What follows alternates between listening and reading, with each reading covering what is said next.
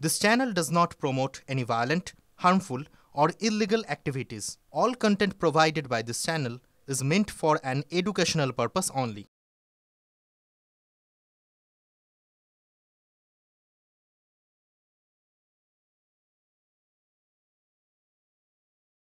আরো একবার স্বাগত টিভি9 বাংলা লিমা রয়েছে আপনাদের সঙ্গে। আসানসোলের দিকে নজর রাখবো, তার কারণ সেখানে জঙ্গলে উদ্ধার হয়েছে দুর্গাপুরের ছাত্রীর দেহ। কিশোরীকে ধর্ষণের পর খুন করে জঙ্গলে ফেলে দেওয়ার অভিযোগ করছে পরিবার।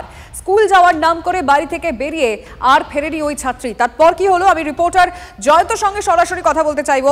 জয়ন্ত, এখনো পর্যন্ত পুলিশ তদন্ত করে কি বলছে?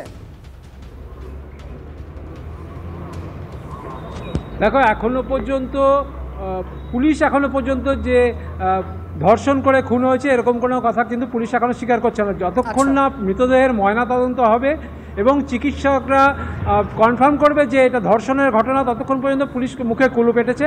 তবে পরিবার সূত্রে দাবি করা হচ্ছে তাদের মেয়েকে ধর্ষণ করে খুন করা হয়েছে এবং গণধর্ষণের অভিযোগ করা হচ্ছে। অর্থাৎ রাজ্যে বারবার যে ঘটনা ঘটেছে, গণধর্ষণের ঘটনা ঘটেছে এবং সেই ঘটনায় সরকারের মুখ পুড়েছে। এখানে কিন্তু এখানকার তৃণমূল নেতা তিনি নিজেও কিন্তু ধর্ষণের অভিযোগ করছেন। যেমন অভিযোগ করছে এই মৃত ছাত্রীর বাবা মা এবং প্রতিবেশীরা, অর্থাৎ প্রত্যেকেই যে ছবি দেখেছে, যেভাবে মেয়েটির মৃতদেহ উদ্ধার হয়েছে তার ছবি দেখেছে এবং এই মেয়েটির সঙ্গে যার সম্পর্ক ছিল বলে জানা যাচ্ছে সেই ছেলেটির একার পক্ষে এই ধরনের কাজ করা সম্ভব না, তাকে খুন করা সম্ভব না, তাকে ধর্ষণ করেই খুন করা হয়েছে এবং সেটা গণধর্ষণের অভিযোগ করছে পরিবার। তুমি নজর রাখো, ময়নাতদন্ত রিপোর্টের দিকেও আমাদের নজর থাকবে। মা এবং বাবার তরফে কি বলা হয়েছে শুনবো। गया स्कूल खोजने के लिए, तो स्कूल में मेरा लड़की नहीं था। उसके बाद सवेरे गए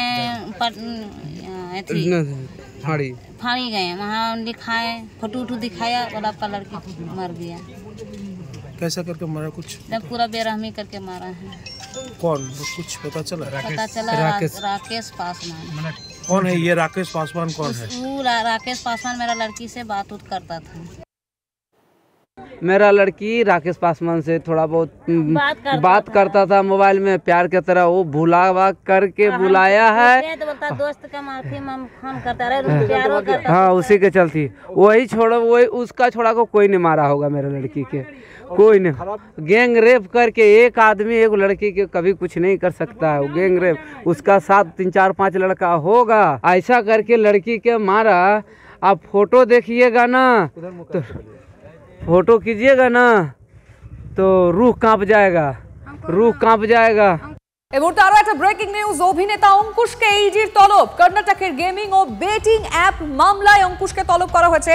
সিজন মন্ডল রয়েছেন টেলিফোন লাইনে। সিজন, কি কারণে তাকে তলব করা হয়েছে?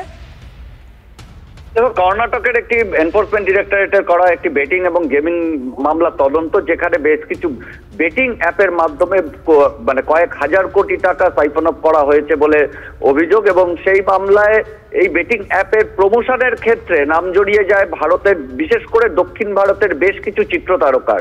এবং সেই তালিকাতেই কিন্তু দক্ষিণ ভারত ছেড়ে এবার সোজা টলিউডের যোগ খুঁজে পাওয়া গেল।